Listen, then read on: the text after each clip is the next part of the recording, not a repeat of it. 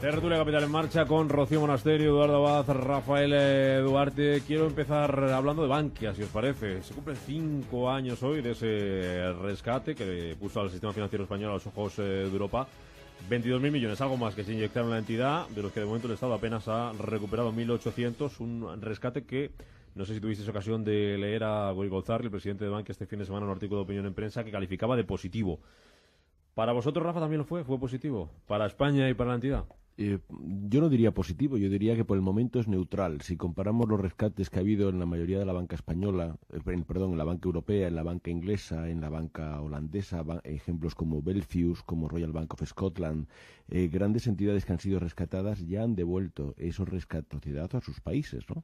Con lo cual, positivo que en España se hayan metido 22.000 millones en una entidad y todavía no se haya recuperado, yo creo que positivo no es. Es neutral por el momento porque la gestión de la entidad es claramente diferente a la que tuvo el anterior equipo de Rato. Es positivo porque Bankia ha encontrado su hueco en la banca comercial española y poco a poco está haciendo una labor muy buena, pero positivo hasta que no se pueda volver a vender y recuperar para las arcas públicas lo invertido, no lo es, y más si lo comparamos con lo que ha pasado con otros bancos rescatados en Europa. ¿Se podrá recuperar todo, Rocío?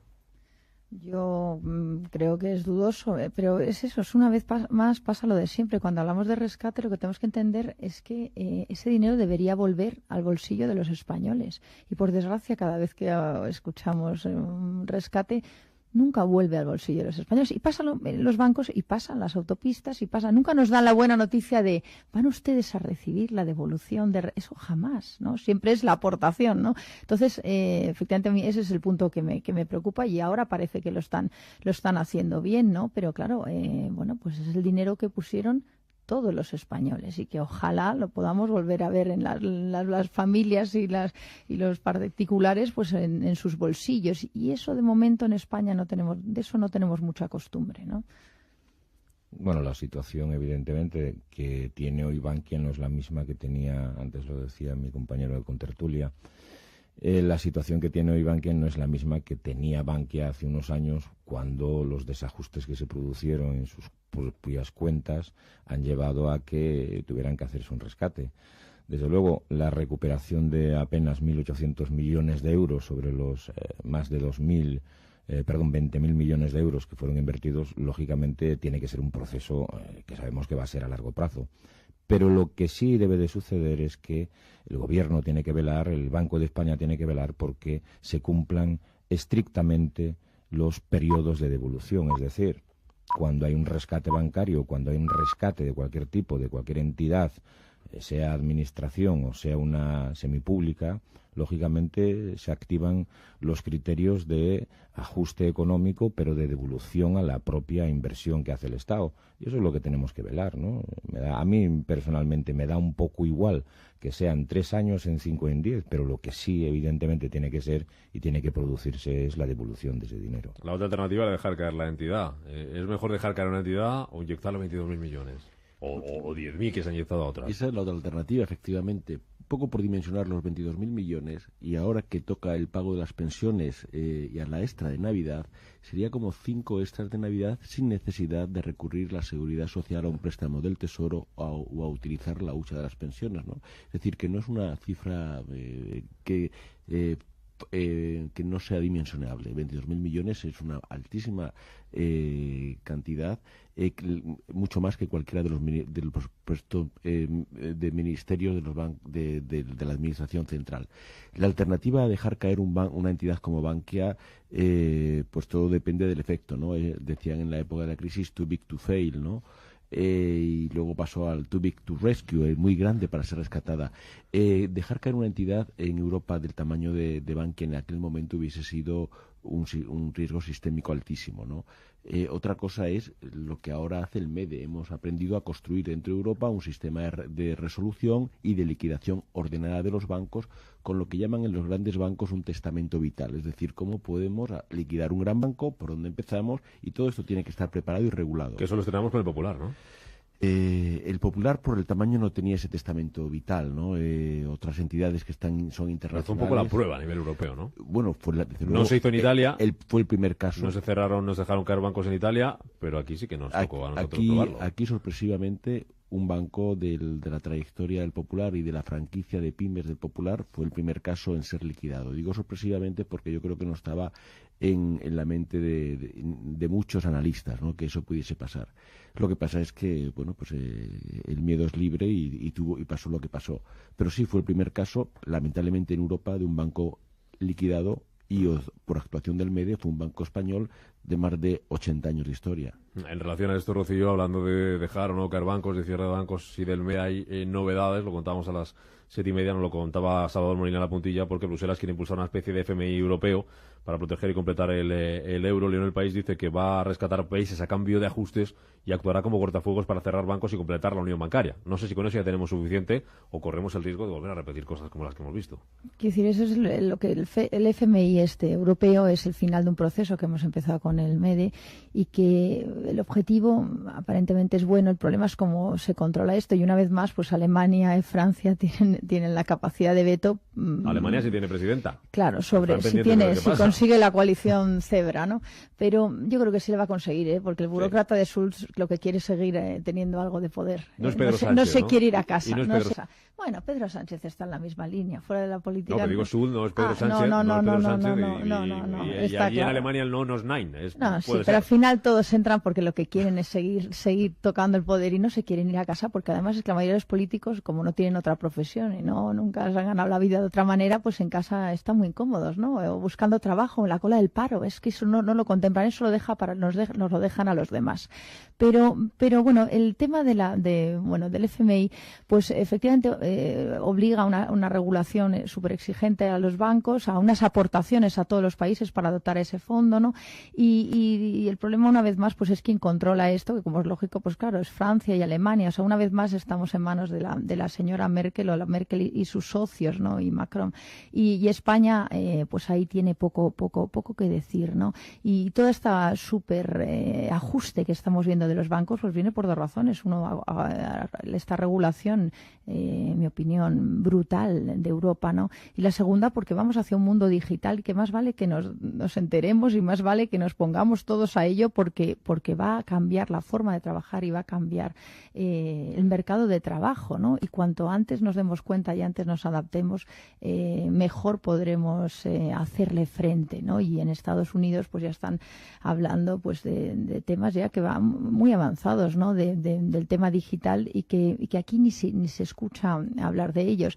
A mí me hace gracia pues ver cómo cambian las historias. Estábamos escuchando ahora a esta chica del Deutsche Bank hablar de Estados Unidos y me acordaba yo cómo en todas las tertulias todo el mundo decía, con Trump va a caer el mercado, ¿no? La bolsa se va a hundir, los americanos lo van a pasar fatal, ¿y cómo estamos hoy? ¿Cómo están en Estados Unidos? Entonces, tenemos que entender que aquellos países donde se reduce la burocracia, que la legislación con Trump la ha bajado de cada 8 leyes, ha bajado a 1, ¿no?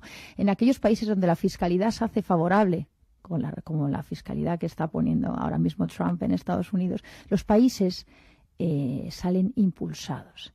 Y en Europa, últimamente tenemos la tendencia exactamente lo contrario, que es a subir los impuestos, a aumentar la burocracia, a poner trabas a las empresas, etcétera, etcétera, etcétera, aumentar el gasto público. Entonces, o cambiamos la mentalidad, o Europa acabará pues completamente pues con una especie de artritis, con dificultad para moverse contra otros que van a ser mucho más ágiles, mucho más dinámicos y mucho más con mucho más impulso económico que nosotros. Los emergentes sin ir más lejos, que nos decían desde Deutsche Bank. Claro. Eduardo.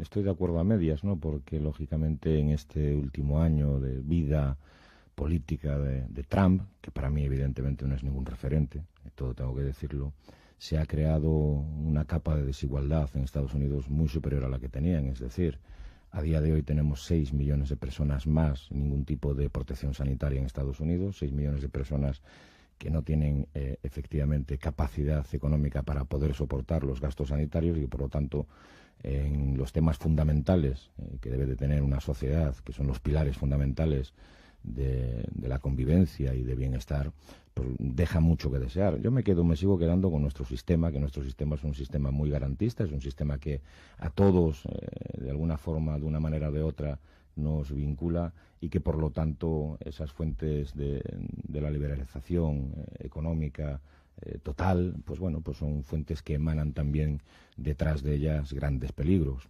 En lo que respecta al control efectivo de la banca y de los países, esto es como todo. Miren ustedes, si en su casa ustedes no se pueden permitir el lujo de comprar un apartamento más grande, un piso más grande, tendremos que adaptar la economía, la capacidad de compra, a la capacidad que tenemos de gasto. Sin más, es inviable hacerlo de otra forma.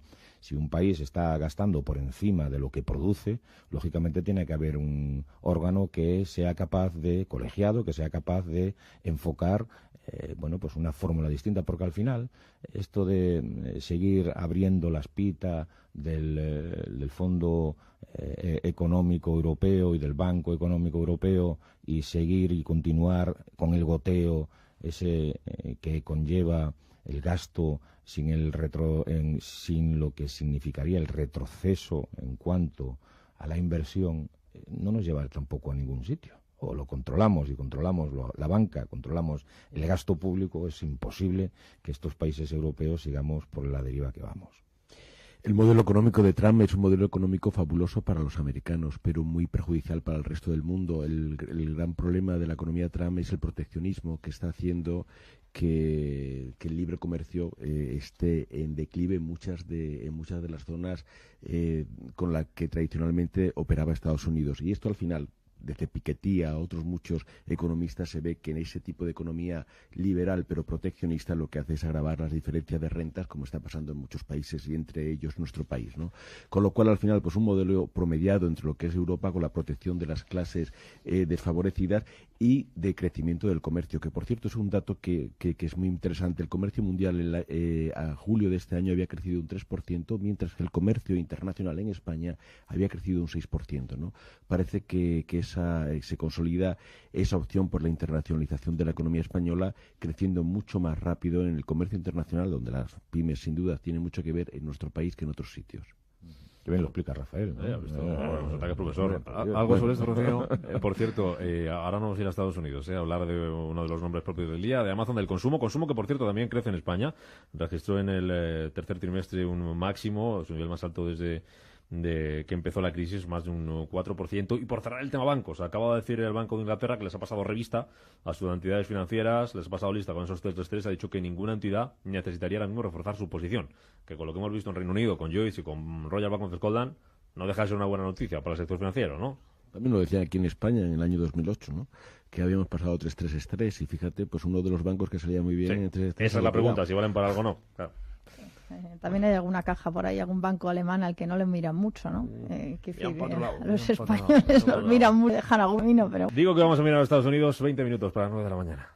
Ofrecer más de 12.000 mercados significa proporcionar miles de oportunidades de inversión diferentes. Esta es una de las razones por las que muchos clientes eligen los CFD para operar en bolsa. IG, 10 años ofreciendo CFD en España. Los CFD son un producto difícil de entender. La CNMV considera que no es adecuado para inversores minoristas debido a su complejidad y riesgo. Se trata de un producto apalancado cuyas pérdidas pueden exceder el depósito. Gas Natural Fenosa te ofrece este espacio. España lidera el crecimiento del mercado de gran consumo dentro de las 5 grandes economías europeas. Durante el tercer trimestre avanzó un 4,2%. Gas Natural Fenosa te ha ofrecido este espacio. Diccionario energético castellano de Gas Natural Fenosa. Potencia contratada significa máximo de electricidad que puedes consumir a la vez sin que salten los plomos. Hablamos tu idioma. Llámanos al 900-100-251 y te ayudaremos a ahorrar ajustando la potencia que necesitas en tu negocio. Gas Natural Fenosa, hecho y dicho. ¿Es usted inquilino o propietario de una vivienda o local? ¿No se asesoró en la firma del contrato de alquiler y no sabe si es legal? ¿Tiene otras dudas o problemas con su alquiler? Llame a Legal Lifeline al 902 80 88 22 y contrate por solo 98 € al año protección jurídica alquiler. Es decir, por menos de 8 euros al mes tendrá su propio abogado y podrá solucionar todos los problemas, asuntos y dudas derivados de su alquiler. Por 98 euros al año, protección jurídica alquiler. Abogados especialistas en alquiler. 902 80 88 22. No lo digo por presumir, pero es que yo siempre he sido muy psicólogo. A mí el olfato es que nunca me ha fallado. No sé, llama el instinto, o si quieres llama la intuición, pero nada más verle me dije, este paga seguro. Yo es que para estas cosas soy... En los negocios no hay intuiciones que valgan. Solo hay bases de datos, experiencia y profesionalidad. En E-Informa tenemos toda la información que necesita para que pueda hacer un negocio seguro. Para más información, einforma.com. ¿Crees que necesitas muchos recursos para diseñar y cuidar un jardín sostenible en tu empresa o en tu hogar? Con el seropaisajismo de Desert City, minimiza las tareas de mantenimiento y cuidado de tu jardín. Gracias a los cactus y otras plantas, ahorra hasta un 80% en agua respetando el medio ambiente. Desert City, un activo de futuro en tus espacios verdes. A1 Salida 26 San Sebastián de los Reyes. desertcity.es. Somos una empresa de mermeladas ecológicas que estamos hartos de deslomarnos en cada mercado y queremos eso de tener un futbolín y un sofá en el despacho para vender todo por internet sin tener que movernos. Tener una empresa es tirarse a la piscina y en Bankia nos tiramos contigo. Descubre nuestro ecosistema de herramientas Solución a Empresas para que tu empresa crezca. Bankia.es.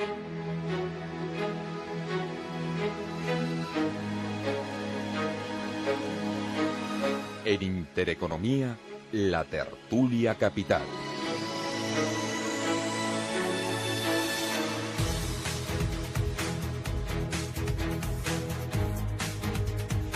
Cinco minutitos nos quedan, un poquito más de Tertulia Capital con Rafael Duarte, Rocío Monasterio y Eduardo Abadio, que nos vamos a ir a Estados Unidos. Os quiero preguntar por Amazon, que después de ese Black Friday sigue disparado en bolsa, ha subido más de un 7%.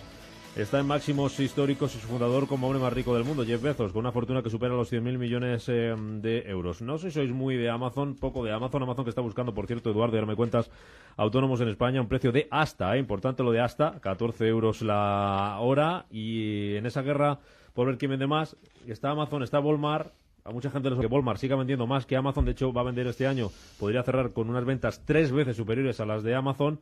Pero, inexplicablemente o no, ahora me decís, Amazon vale un 90% más que Walmart en bolsa. ¿Cómo se come esto, Rocío? ¿Eres tú muy de Amazon o poco? Bueno, a ver, yo, claro que me encanta Amazon para comprar libros y que aparezcan en tu casa en 12 horas. Así, o sea, me parece fascinante. ¿Cómo empezó Amazon? Que era solamente vendía libros. Claro, pero lo que tenemos que entender es que Amazon, Google, todas estas empresas van a ser no solo vendedores de libros de supermercado, que ya compras alimentación, textil, etcétera. Van a ser bancos también. Van a ser las grandes potencias.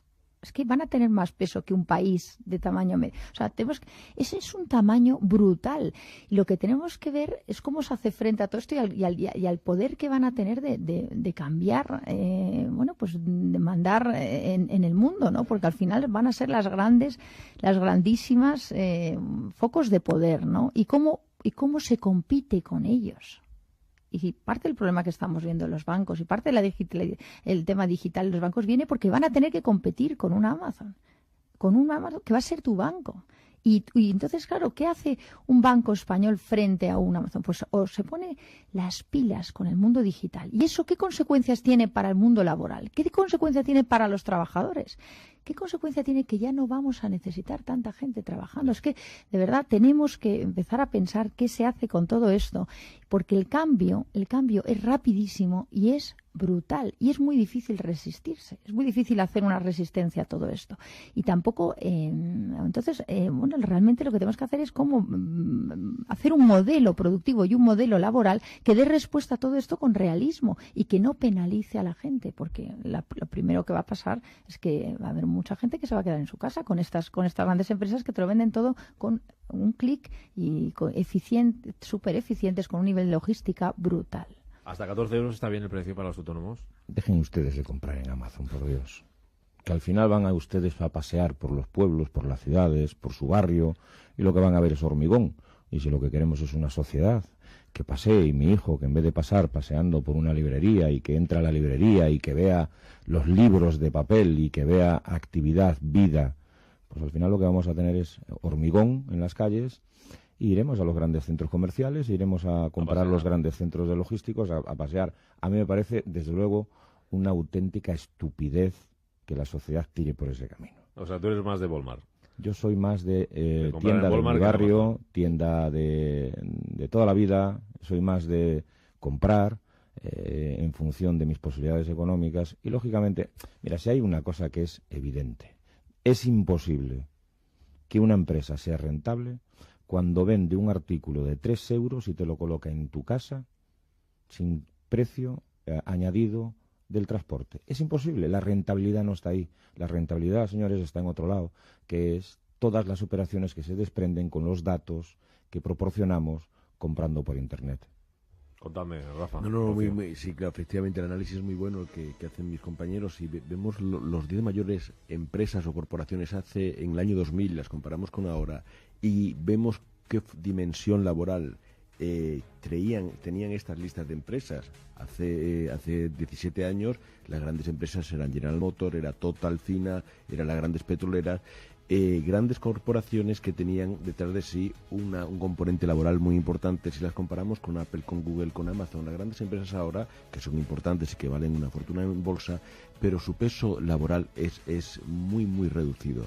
Es cierto que estamos ante este reto de creación de riqueza, pero al mismo tiempo esa riqueza no se permeabiliza a puestos de trabajo de la misma manera que se hacía hace 15 años. Y esto cada vez es más exponencial y cada vez es más rápido.